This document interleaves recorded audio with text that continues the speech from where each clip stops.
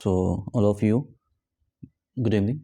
So today we are going to start the history section, and before starting of the history section I would like to tell something about the history, how we have to study history and this subject and build a good command on this subject. So हाँ, थोड़ा सा pre का भी बता देते हैं पहले शुरू में। तो प्री भी आप फोकस कीजिए, अगर आप साथ में पढ़ते रहते हैं तो जिस समय मेंस चलता है उसी का प्री कर लिया करो तो अच्छा रहता है। तो जिसका ठीक ठाक कमांड है प्री मतलब इस पे मेंस मतलब हिस्ट्री की नॉलेज ठीक ठाक है, वो ज़्यादा इधर उधर ना भटके, केवल घटना चक्र प्लस लूसेंट, बस यहीं पर रोक दे अपने आप को। कमांड बना ले ठीक ठाक। 32-33 क्वेश्चंस आते हैं, ऑलमोस्ट 27 क्वेश्चन यहाँ से हो जाएंगे, 6-7 नहीं होंगे तो कोई बात नहीं।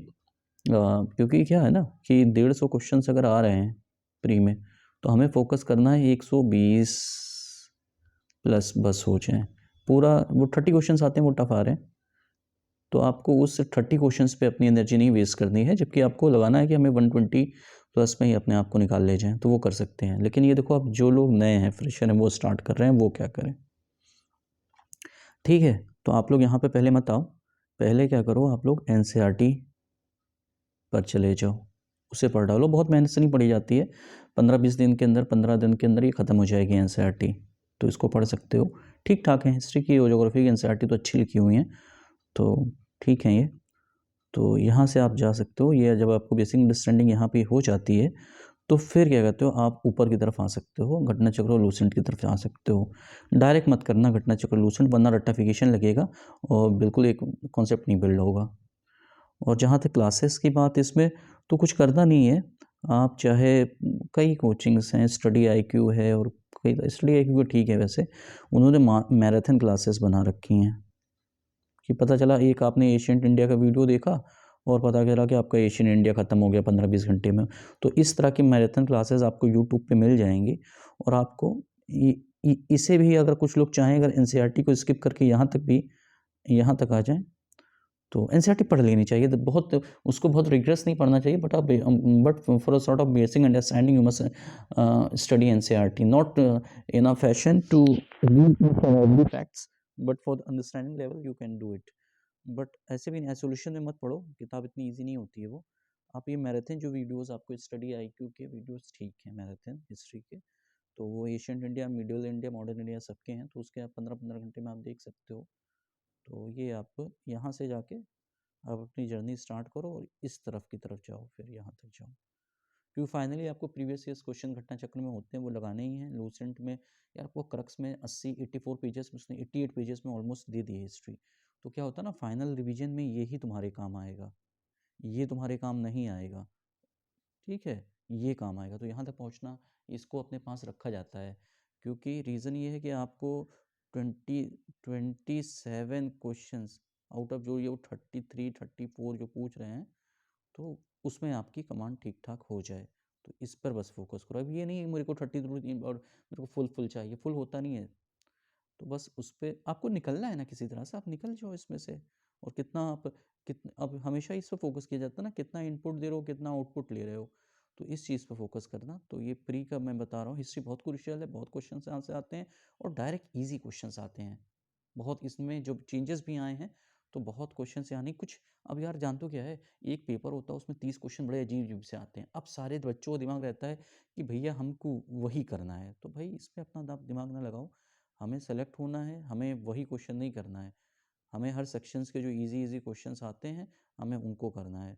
तो हमारा फोकस ये रहेगा कि हमारे हर सेक्शंस के इजी क्वेश्चन हमसे सही हो जाएं, तो उस तरह से वो करेंगे। तो प्री में थोड़ा सा घटना चक्र लूसेंट तक ही पहुंचना है, लेकिन आपका ध्यान रहे कि एनसीईआरटी थोड़ा सा पढ़ लो, मैराथन वीडियो थोड़ा देख लो, वहाँ से अंडरस्टैंडिंग मिल जाती है। और यूट्यूब पे कोई कुछ भी देता है तो ऐसा नहीं है वो ख़राब देने की कोशिश करता, अपना जो बेस्ट होता है कोचिंग इंस्टीट्यूट वही देने की कोशिश करता है वहाँ पे। तो एनसीईआरटी पढ़ लो, मैराथन वीडियो देख लो, घटना चक्र और लूसेंट तक पहुँच लो, तो तुम्हारा यहाँ तक काफ़ी हद तक काम ख़त्म हो जाएगा प्री का हिस्ट्री पोर्शन में। और आजकल हम लोग यहाँ, लेकिन देखो यहाँ यहाँ इसका थोड़ा डिफरेंट है जब मेंस का स्टार्ट करेंगे। ठीक है, तो इसके लिए यही करना है। तो आप लोग इस तरह से प्री को हिस्ट्री का कब्जे में ले सकते हो। अब मेंस की बात आई, ठीक है, हमें मेंस में क्या करना है इनके सोच। कुछ नहीं करना है इसमें। बीपीएससी के ओल्ड पेपर पर डिमांड पर कमांड बनानी है और आंसर लिख लिख के इनके फॉर्मेटिंग कर करके रख लेनी है। क्या हो रहा है यहाँ पे जो ओल्ड पेपर्स जो हैं, क्या होता है वो शॉर्ट आंसर, दो तरह के आंसर्स आते हैं, शॉर्ट आंसर्स आएंगे और लॉन्ग आंसर्स आएंगे। तो वो क्या कर रहे हैं, कभी लॉन्ग आंसर शॉर्ट आंसर के फॉर्म में दे रहे हैं, शॉर्ट आंसर लॉन्ग आंसर के फॉर्म में दे रहे हैं, जो बीपीएससी के पुराने क्वेश्चंस हैं उन्हीं को। ठीक है, तो ये अप्रोच बना रहे हैं और कोई चेंजेस नहीं आए हैं, और 15-20 साल से यही होता आ रहा है। जब पैटर्न चेंज हुआ है तो उसमें भी यही सब हो रहा है, तो ये कर रहे हैं। तो हिस्ट्री आपका बहुत क्रूशियल सेक्शन है। अगर आप यहाँ पर हिस्ट्री तो ऑलमोस्ट फंस ही जाता है जो पूछा जा रहा है, तो आप 30 से 35 क्वेश्चन का अच्छा डेटाबेस बना लेते हैं तो वहाँ जाएंगे। कल्चर से तो ऑलमोस्ट थोड़ा मॉडर्न तो डायनेमिक होता है, मॉडर्न में वो थोड़ा सा चेंजेस लाने की कोशिश करते हैं, लेकिन वहाँ भी कुछ कर नहीं रहे हैं। और यहाँ पर अगर कोई आप एक किताब पढ़ना चाहते हैं उसके अलावा जो आपने पढ़ ली है, तो स्पेक्ट्रम आप छू कर सकते हैं, काफ़ी अच्छी किताब है ये, तो स्पेक्ट्रम आप पढ़ सकते हैं। बाकी कोई इशू नहीं है, आपको यहाँ कुछ पढ़ने की ज़रूरत नहीं है अदर सोर्सेज से। और बीपीएससी के जो ओल्ड पेपर्स हैं उन्हीं पे फोकस करना हम लोग को, तो ये है। बाकी जो वो प्री में जो आपने पढ़ा है वही कहते हैं मेंस में भी अप्लाई करने की कोशिश करनी है। और कल्चर का जो सेक्शंस जो आ जाता है एक डिफरेंट, तो उसमें वो एक फिक्स टॉपिक्स हैं उनके, जैसे पाला आर्ट हो गए, चाहे मौर्यन आर्ट हो गया, चाहे अपना वो कुछ जो भी आप इनके जो सेक्शंस हैं ऑलमोस्ट बहुत फिक्स्ड हैं। आप वहाँ से ही अपने क्वेश्चंस हम आप बहुत कोई ओल्ड पेपर्स ले लोगे तो वहाँ बहुत कैटेगराइज करके सब दिया हुआ है, वेस्टर्न एजुकेशन और जो भी टॉपिक्स हैं बहुत क्लियर फॉर्म में सब कुछ दिए हुए हैं यहाँ पे। तो उसी सेग्रेगेशन से हमें पढ़ाई करनी है और वही आ रहे हैं, वही हमें भी उस पर लिख के उस पर अच्छी कमांड बना लेनी है। तो ये इस तरह से हमें मेंस की तरफ भागना है। अब ये है दूसरा स्टार्ट होता है कि मेंस जैसे आंसर्स सबके लिखते हैं वैसे इनके भी लिखने हैं। हाँ, काफ़ी हद तक तो वैसे ही होंगे इनके आंसर्स भी। जैसे अगर आपको क्वाइट इंडिया मूवमेंट पूछ रहा है तो गांधी जी ने बड़ी अच्छी बातें कही क्वाइट इंडिया मूवमेंट के बारे में। जब वो हो रहा था तो उनके जो उन्होंने स्लोगन दिया डू और डाई का और something which he has said while कहते हैं launching of this movement, you can just quote those things. तो कोट तो यहाँ भी लग जाएगा, लगाना है आपको। ठीक, और क्या है यहाँ पर फिगर्स भी यहाँ भी बनने हैं।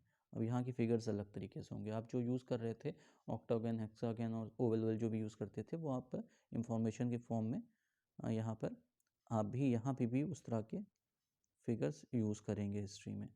हिस्ट्री में दो चीज़ें यूज़ करनी और भी यूज़ करनी है हमें। यहाँ पर अपना जो ये होता है अपना डायग्राम जो है, मेरे बहुत अच्छी नहीं है मेरी वो ड्राइंग, इंडिया का मैप ना ही बनाऊँ तो अच्छा है, जब बहुत अच्छे बनते नहीं हैं वैसे भी स्केच पेन से इससे। तो हाँ, लेकिन ये है कि इंडिया का मैप आपको जो भी है आपको बनाना है, ठीक है। और साथ में आपको बिहार का मैप भी बनाना है, जहाँ ज़रूरत पड़ेगी इंडिया का मैप भी बनाओ, बिहार का मैप भी बनाओ। और तो मैप्स यहाँ बनने हैं। और इंडिया का मैप जब आप बना रहे हो ना, इंडिया का मैप कि हम इंडिया का मैप बना रहे हैं, तो इंडिया के मैप में जैसे क्वाड इंडिया मूवमेंट लिख रहे हो तो कौन से अफेक्टेड एरियाज़ हैं वो इसमें पॉइंट आउट कर दो।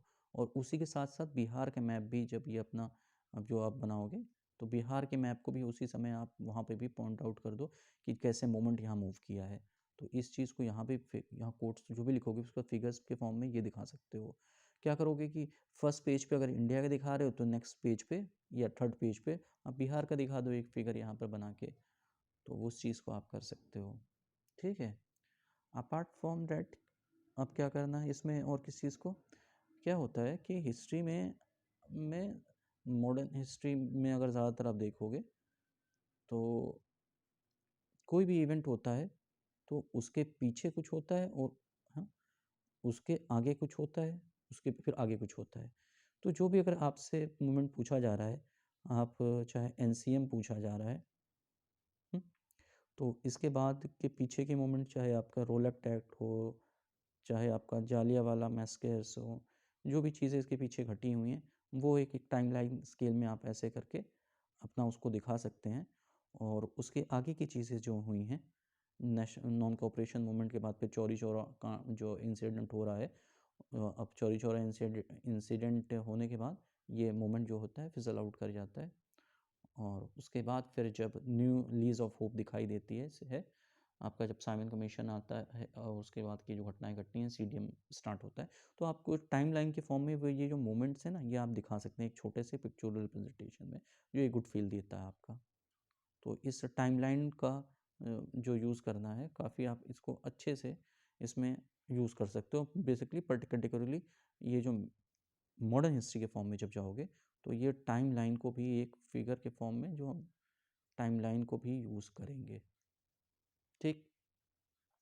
फिर क्या होता है कि अब अभी तक हम लोग क्या कर रहे थे उसमें पॉलिटी में, वे फॉरवर्ड बहुत लिखते थे, कंक्लूजन भी लिखते थे, ठीक। अब क्या करना है, हमें वे फॉरवर्ड नहीं लिखना है, हमें कंक्लूजन लिखना है। हिस्ट्री में क्या हुआ ना, चीज़ें हो चुकी हैं, तो उससे हम सीखते हैं और आगे हमें बढ़ना है। तो अब वो नहीं, अब जो भी इंसिडेंट होने थे वो तो हो ही चुके हैं, तो इसमें वे फॉरवर्ड का कोई, वे फॉरवर्ड इसमें हिस्ट्री में नहीं लिखे जाते हैं, तो वे फॉरवर्ड इसमें नहीं लिखना है, कंक्लूजन लिखना है इसमें। तो वे फॉरवर्ड और कंक्लूजन पर जो एम्बिग्विटी है वो ख़त्म हो गई, वे फॉरवर्ड लिखना है, नहीं लिखना है, और कंक्लूजन हमें लिखना है हिस्ट्री के आंसर्स में। अब क्या होगा कि आपका, आप जब कल्चर के क्वेश्चंस लिखोगे, जैसे मौर्यन आर्ट का भी स्टार्ट कर रहे हो, तो आप स्टूपाज हैं, आपके पिलर्स हैं, केव्स हैं, और केव्स में क्या होगा, इनके फिगर नहीं बनाओगे, इनके एग्जांपल्स लिखोगे जो भी आपके केव्स हैं, और पिलर्स जो हैं आप वो पिलर्स बना के दिखाओगे डायग्राम के फॉर्म में, स्टूपाज जो हैं आप बना के दिखाओगे, बनाओगे इसके डायग्राम, और दिखाओगे कि भाई क्या क्या है स्टूपास का कहाँ, मतलब उसके कई पार्ट्स होते हैं, तो आप उन सारे पार्ट्स को दिखाने की कोशिश करोगे। अगर आप वो टेम्पल आर्किटेक्चर आपसे पूछते हैं, तो आप नागर शैली और द्राविड़ शैली, और ये जो एक वेसेरा जो इनका फ्यूजन होता है, वेसेरा शैली, तो इनके क्या एग्जांपल्स हैं, और इनके कुछ टेम्पल के जो स्ट्रक्चर्स होते हैं अपने, वो भी आप दिखाओगे इसके अंदर बना के, और द्रविड़ा का भी दिखाओगे अपने। तो ये सब चीज़ें इसमें आप करके करोगे। तो यहाँ भी डायग्राम्स बनाने ही हैं, टाइमलाइन को मैंने बताया मॉडर्न हिस्ट्री में यूज़ करने हैं, और कोट्स यहाँ भी लग जाएंगे, जहाँ पर ज़रूरी नहीं है, जहाँ लिख सकते हैं वहाँ लगेंगे, और वे फॉरवर्ड नहीं लिखना है, कंक्लूजन ही लिखना है, और BPSC के जो ओल्ड पेपर्स हैं उस पर नज़र रखनी है, वहीं से क्वेश्चंस आ रहे हैं, वहीं हम प्रैक्टिस भी करेंगे, और आगे भी करेंगे। लेकिन ये होता है ना, जैसे स्टेज ऑफ लर्निंग, जैसे हमने पॉलिटी ख़त्म किया 13 या 14 सेशन से, ठीक है, फिर हम आएंगे 6-7 सेशंस लेके, ठीक। और जब ये ख़त्म हो जाएगा, तो फिर हम क्या करेंगे, करंट अफेयर्स लेके आएंगे, तो इसके और पर्सपेक्टिव के, तो ले दे के 25 सेक्शंस अपने चल के पॉलिटी को निपटाएंगे। तो वही है कि अगर जैसे फर्स्ट फेज़ ऑफ लर्निंग में हम जा रहे हैं, तो पहले, और हुआ यही है कि यहाँ से सब आ गए हैं पुराने, मतलब कि जो भी क्वेश्चंस थे आपके, जो ओल्ड क्वेश्चंस हैं, पता चला कि वो कोई लॉन्ग आंसर्स में क्वेश्चंस थे, उसी को उन्होंने शॉर्ट आंसर्स में पूछ दिया, इस तरह से उन्होंने किया है काम। तो हम भी कोशिश करेंगे कि हमारे ये कवर हो जाएँ, और इस चीज़ को फर्स्ट हमारा जो टारगेट रहेगा कि पेपर BPSC के जो ओल्ड पेपर्स है उस पे हम कमांड बना लें हिस्ट्री के सेक्शन में। काफ़ी अच्छा सेक्शन है, GS1 का सेक्शन है, जैसे DI प्लस हिस्ट्री, बहुत समझो ऑलमोस्ट आप इस पे कमांड बना लो बहुत अच्छे से, तो 130 प्लस नंबर तो यहीं से फिक्स हो जाते हैं आपके। और उसके बाद क्या होता है कि जब आप, हम लोग पॉलिटी का करंट अफेयर्स पूछते हैं, तो वहाँ अच्छा लिख दो तो 20 नंबर वहाँ से आ जाने हैं, और आपका जो करंट अफेयर्स के भी जो टॉपिक्स होते हैं वहाँ पे भी आप 20 प्लस आराम से ले सकते हो। तो क्योंकि ऑलमोस्ट आउट होते हैं जो पे, वो हिट वाले ही पूछते हैं, तो 170 प्लस तो आप ले ही सकते हो। और इसके बाद है कि जो जिस पर जितनी मेहनत करेगा, जो अपने आप को जितना स्किल करेगा, तो उसके स्कोर्स वैसे ही 180 190 के फॉर्म में जाएंगे। लेकिन इतना आप ले सकते हो, इतने नंबर्स ईजिली यहाँ से फैचअप कर सकते हो। तो हमको हमको इसको फैचअप करना है। तो अब इसके आंसर्स में और भी, यहाँ भी वही होगा, अगर कई पार्ट्स आप देख रहे हो, अगर क्वेश्चंस के पूछे जा रहे हैं, तो उनकी हेडिंग्स बनाना आप हेडिंग रूल को फॉलो करेंगे, जो हेडिंग जो क्वेश्चन में पूछा गया है वही उसी से हेडिंग बनाएंगे, एग्जैक्ट वही बनाएंगे, कुछ भी अलग नहीं बनाएंगे, जो उन्होंने पूछा है वही बनाएंगे। तो जितनी भी हैं, तो हेडिंग्स वहीं से वैसे की वैसी हेडिंग्स सबकी बनेंगी, और उसके अंदर जो स्पेसिफिक और जनरल की बात होती थी, फिगर्स की जो बात होती थी, वो सब उसके अंदर आकर किए जाएंगे। तो इस तरह से वो आप कर लेंगे। तो टाइमलाइन हो गया आपका, कंक्लूजन लिखना है, वे फॉरवर्ड नहीं लिखना है, डायग्राम्स बनाने हैं आपको, इंडिया के हुए चाहे बिहार के हुए, और जिस कंटेस्ट में जहाँ ज़रूरत पड़ेगी वो आप करेंगे। तो इस तरह से हम हिस्ट्री को लेके अपना चलेंगे, और आज से स्टार्ट कर रहे हैं हिस्ट्री। तो ऑल द बेस्ट ऑल सबको। आप इसके प्री के सेक्शंस को भी साथ में लेके चलें, उसके एमसीक्यू करते रहें, तो एक क्या होगी ना, लर्निंग्स आपकी थोड़ी कंप्रहेंसिव हो जाएगी। जिस समय प्री पढ़ते रहो उसी समय उसका मेंस, प्री और मेंस आपस में इंटीग्रेटेड लेके ही चलना चाहिए। और बाद में लास्ट में जब 2 महीना बचेगा तो आप इसको केवल प्री कर देना। अभी तो प्री प्लस मेंस पढ़िए पूरा कायदे से, कोशिश कीजिए 10 से 12 घंटा आराम से पढ़ें। और जो पुराने बच्चे हैं उनका उतना इशू नहीं है, वो अपना देख लेंगे उसी हिसाब से, लेकिन अगर आपके पास टाइम है तो 10 से 12 घंटा पढ़िए और प्री और मेंस दोनों को पढ़ने की कोशिश कीजिए। तो ये हमारी हिस्ट्री की नॉर्मल सी है, जो चीज़ें करते आ रहे हैं वो उस पर फोकस करके हमें इसको करना है। ठीक है, तो आज से हम लोग हिस्ट्री स्टार्ट करेंगे। और किसी को अगर कंटेंट उन्टेंट का वो चाहिए, नोट्स तो मैंने रखे हैं इसके हिस्ट्री के, मैं दे दूँगा आपको। तो वो काफ़ी अच्छे स्टूडेंट के नोट हैं, उन्होंने खुद बनाए हैं, हमारे स्टूडेंट हैं, अच्छा लिखते थे वो, तो काफ़ी कम्प्रहेंसिव नोट है, इंग्लिश में तो है, मैं दे दूँगा आप लोग को। तो आप लोग उससे काफ़ी हेल्प मिल सकती है आप लोग को, तो वहाँ से ले लेना। तो ठीक है, आप इसको थोड़ा थोड़ा, और ये देखिए अब यहाँ पे, यहाँ भी ये वो 35 से 36 का डेटाबेस है क्वेश्चन का, या इससे भी कम क्वेश्चन है। ये तो अब एक है कि कंप्रहेंसिव करा दिया जाए, आपको कुछ भी बाहर से ना आए, अल्सवाइज पता रहता है कि क्वेश्चंस क्या आएंगे, तो उसी हिसाब से आपको कराया जाएगा हिस्ट्री। और बहुत बढ़िया से भाई सब कुछ करके अच्छा सा फिगर विगर बना के अच्छे से इसकी फॉर्मेटिंग कर लो, और क्वेश्चंस बिल्कुल वही आते हैं, सीधे छाप देना जब ऐसे एग्ज़ाम में आए, और बहुत अच्छा नंबर यहाँ से पा लेना। GS1 एज अ टॉपर आपको यहाँ पर अच्छा करो तो 190 प्लस पूरा मिलने की संभावना रहती है। बहुत प्रिडिक्टेबल रहता है इन द सेंस ये, क्योंकि आ रही हैं चीज़ें। अब DI 72 में से 72 मिलता है। हिस्ट्री में आप अपना 60 प्लस ले जाओ, और बाकी जो सेक्शंस बचे हैं वहाँ भी ठीक ठाक बन जाती है पकड़, तो कुछ हो नहीं, बहुत अच्छा सेक्शन है ये GS1 का। तो इसको यहाँ से करते हैं, आप लोग अपनी पढ़ाई को स्टार्ट करें और अच्छे से करें इस एरिया में। Okay, all the best, take care. तो हाँ, ऊपर से एक बात कहूँगा, आप लोग टेस्ट वेस्ट भी लिखा करो यार, जितना आया करे उतना लिखा करो, टेंशन काहे लेने का। धीरे धीरे चीज़ें हो रही हैं, हो जाएंगी, ऐसे में इश्यूज़ आ रहे हैं तो वो आते रहेंगे, बट थोड़ी कोशिश करोगे तो विद इन टाइम, और जो जितनी हिम्मत जुटाएगा वो उतना आगे बढ़ेगा, तो विद इन टाइम वो चीज़ें सही हो जाएंगी। तो आप करो उसको, समय से बड़ा कोई बलवान नहीं है, बस ये है कि आप समय देते रहो अपना इस चीज़ में थोड़ा। तो अगर आप देते रहोगे तो फिर फाइनली आपको दिखेगा 2-3 महीने में results. Okay, all the best, take care.